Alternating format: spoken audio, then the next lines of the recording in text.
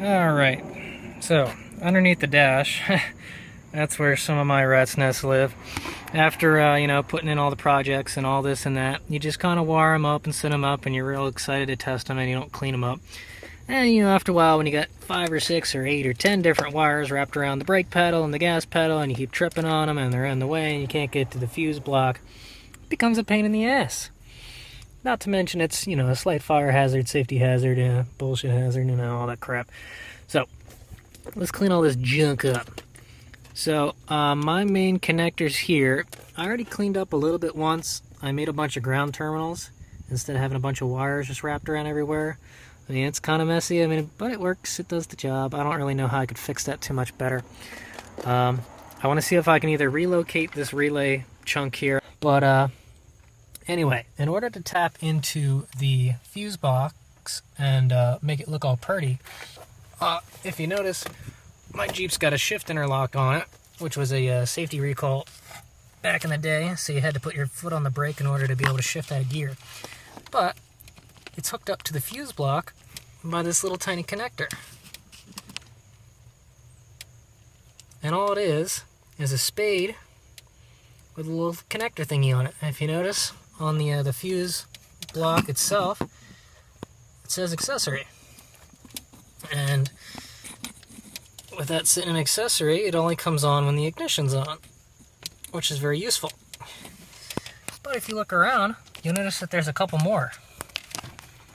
You got 3 on the top there. Those aren't actually marked, but I did check them, and they do have the same power that the accessory does.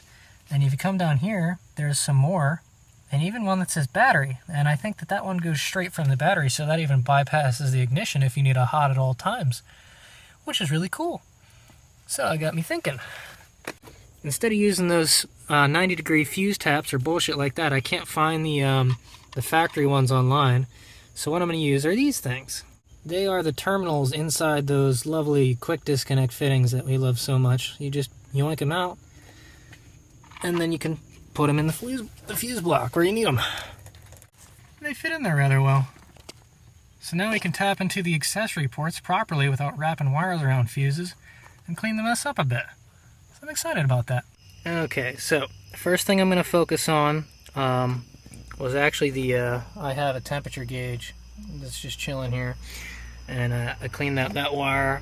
Instead of having a big old loop just hanging down around here, I have it all nicely bundled up in a little pocket up here out of the way, and then that just will run over here and into the fender. So that's out of the way. That's one down.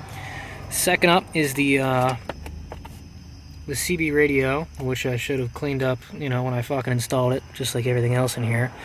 But I'm going to do a couple things. First, I'm going to properly tap into the fuse box like I was talking before. But I also want to add a quick disconnect in case I ever want to take the radio out for some reason, if it starts to flood or if you just need to take it out. This little disconnect will help quite a lot. So they just look like this. So I'm going to cut this wire here and put the quick disconnect in here, and then I'm also going to trim the wires and run them so that they don't have any slack in them, or very little amount of slack, so that they're out of the way. Alright, so this is our primary objective, is to make things look pretty. Get your stinky butt connectors out of here. We're grown men. We're going to use soldering irons and heat shrink. Do the job right, damn it. So you're going to take your wire strippers and take off 1/4 to a 1/2 inch on each connector that you plan to use. Make sure to cut your heat shrink tubing a little bigger than your needs, and slide it over the tube before you start soldering, and make sure they're spaced far enough away that when you solder it doesn't shrink the ends down, because I've had that issue. So make sure they're far up on the wire, and then wrap them and solder them. So I'll show you what the job looked like.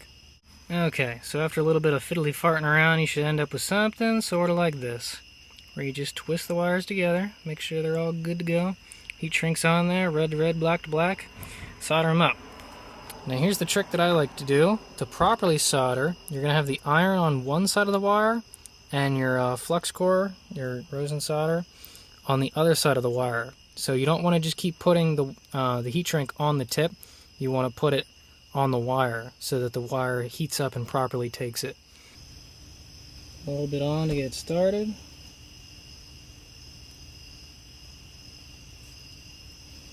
There you go. Pretty and ready for heat shrink. After you're happy with your solder job, take your heat shrink and slide it over the entire joint. Take your lighter and run back and forth on the heat shrink a little bit. Make sure to keep constantly moving. You don't want to set it on fire. You just want to get hot enough until it shrinks down. There you go. Nice tight waterproof connection. That'll keep the green death out for a while. Alright, we got our 2 quick disconnects, so now I'm going to trim the length and make sure that there's not a whole lot of extra. And then we'll get down to the eyelets and other connectors. Want to shoot for brownie points? Side of these connections too.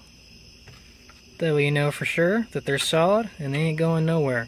And if they got the heat shrink thing around them, you can give them a little crimp and that'll hold them.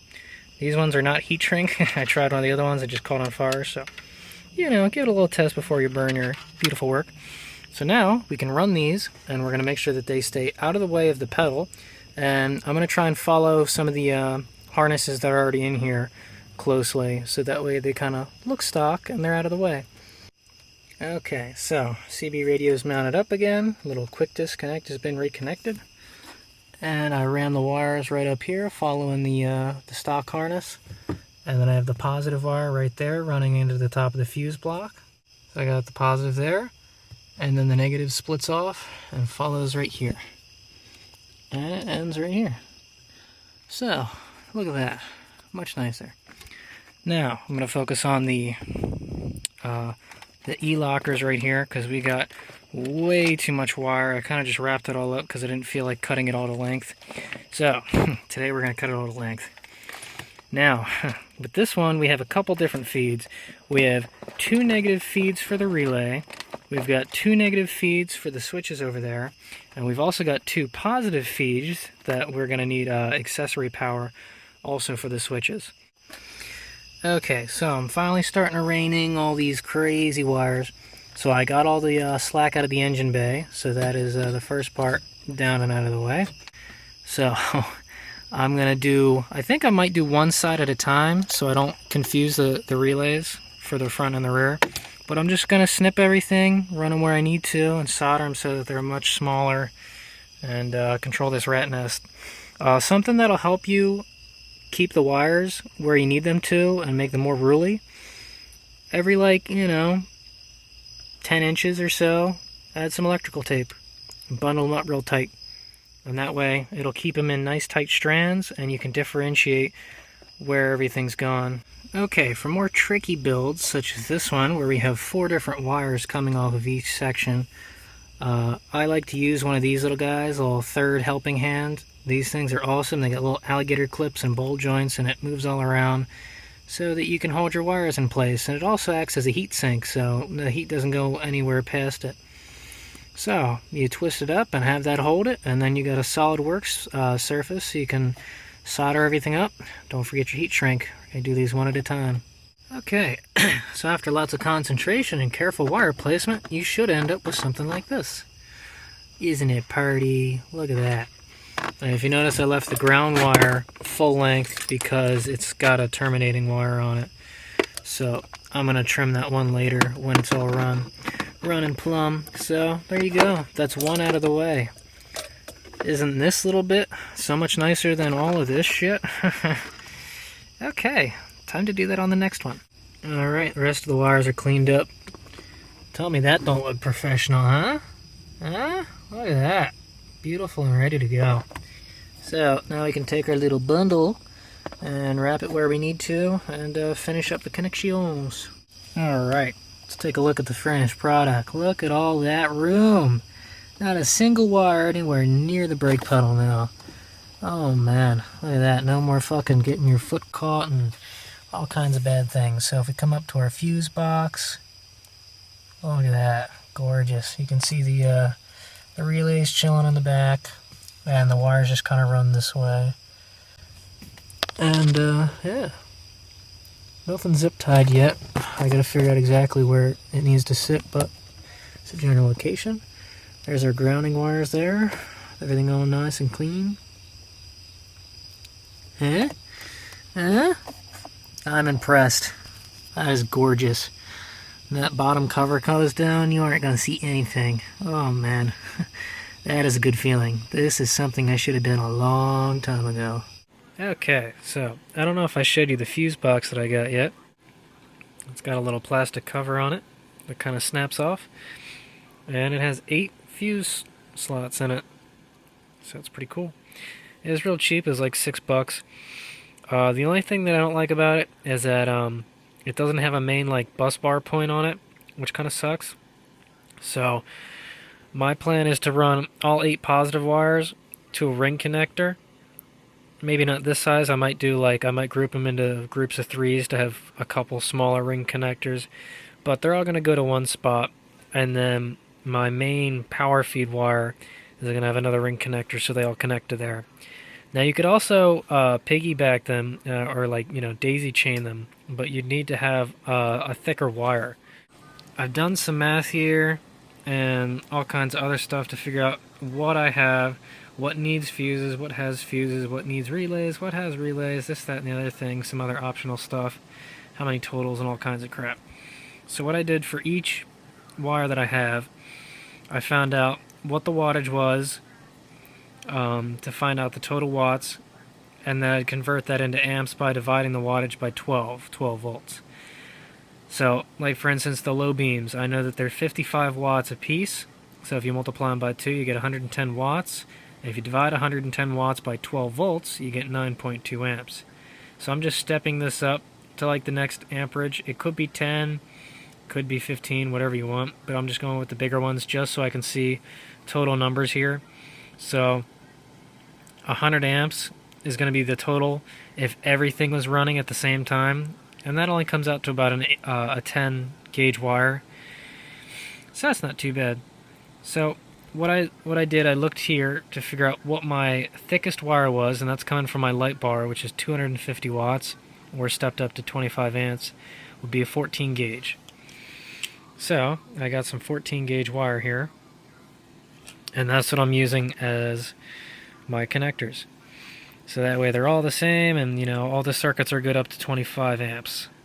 And that's this rating is also inflated a little bit, because this this would be at a 10-foot length. So being as they're less than 1 foot, they won't have nearly as much voltage drop. And there's cool charts to look up how much, what gauge to use based on the voltage drops, and it's actually really interesting. So I'll post a link to a couple of the pictures in the description if you want to check that out. But for right now, I'm just putting these little spade terminals on them, the little quick connect ones, slide them in there, and I'm just using my wire strippers. So we're cutting the wire and putting the wire down. Something cool I didn't know about wire strippers, they actually have a built-in crimper up here. I didn't realize that that's what these are for. So you take the the crimper and put them in there and squeeze, and then they crimp. Who would have thunk? Pretty nifty. Alright, so after a couple hours of fiddly farting with this thing, I think I finally developed something that I'm happy with. It was a bit of a pain in the ass. So, things that I changed. So first off, you'll notice that all the blue thingies came off, because I put them all in there and ripped them out, and almost all of them, the plastic covers just fell right off, and you couldn't actually pull them out. So I figured, alright, we'll forget that. So I took them off, and then if you notice, I bent them all 90 degrees so that they were easier to work with, and they came out from the side, and all that good stuff. And then I bundled them up, so we got 4 in one eyelet connector and 4 in the other, and that was just the only way I could really fit them in there. So there's that, and then I soldered them. I found a screw and nut that actually fit the threads on this thing. So we got our 14 gauge on the back, and our 8 gauge is the main wire, because that should be enough for what we're running. And then I spent a good amount of time trying to solder that together. That took a little bit of time with a little iron. So now, the main distribution part of this is set. And the only thing we gotta remember is that none of this can touch any of the body grounds, or we will have a gigantic short. So I'm gonna see if I can make these a little more not out in the open. But yeah, that's our positive side out of the way. So now we can branch off all our electrical doodads and whatnot and stuff. Cool. Okay, so we've got our little fuse box set up here. Now we have to figure out where we're going to put it in the engine bay. It's a little hard to visualize since there's no engine, but I know that the air conditioner lines are going to wrap here and cover some area, and the battery's going to sit here and cover some area. I think what I'm going to do is cut out a little section, kind of like this.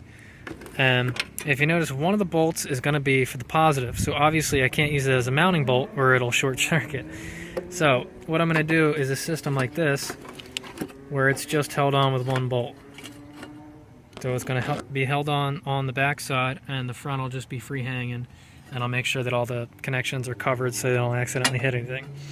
So I think it'd look really good right here, because that way you can come in the engine bay and get to it, and you can get to the wires easily, and it'll be sitting pretty much right there. So I figured that'll look nice. So I marked out, we're going to cut it. Alright, so how's that, huh? It's a little off. I'd have to drill the hole out just a little bit bigger to get it to sit flush the way I'd want it, but it does the job. So it sits recessed a little bit, which is kind of cool. And there's no contact here. Plenty of room. Nice and free for the positive side. So that'll just run there, and we'll be set. Cool. I like it. Okay, so take a look under here. You notice all the wires are connected up, and they have their terminals, and they're all plugged in, so it's all nice and tidy. And if you look up here, I got a little white line. That is our low beam, and I know the unmarked one is high beam.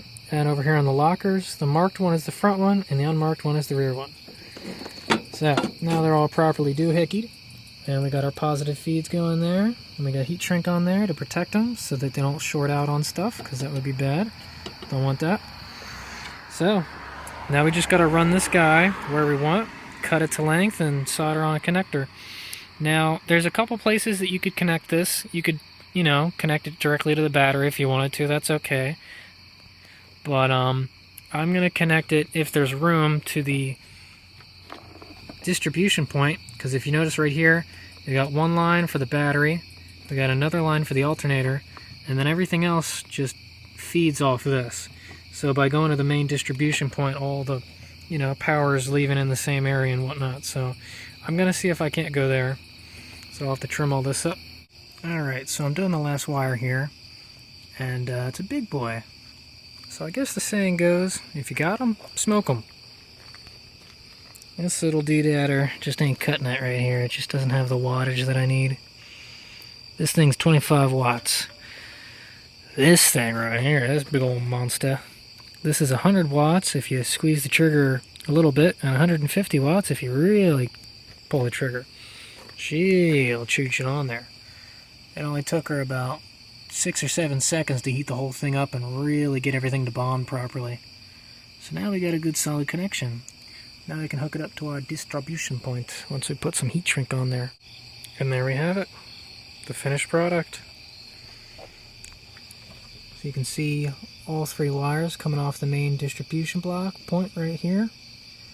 So we've got our battery, our alternator, and our accessory fuse panel, along with whatever else was on their stock. So this keeps the battery terminals nice and clean. So there you go. That's how we install an auxiliary fuse box with all the wires and all the good stuff running to it. And also how you clean up, unruly wires, make them look pretty.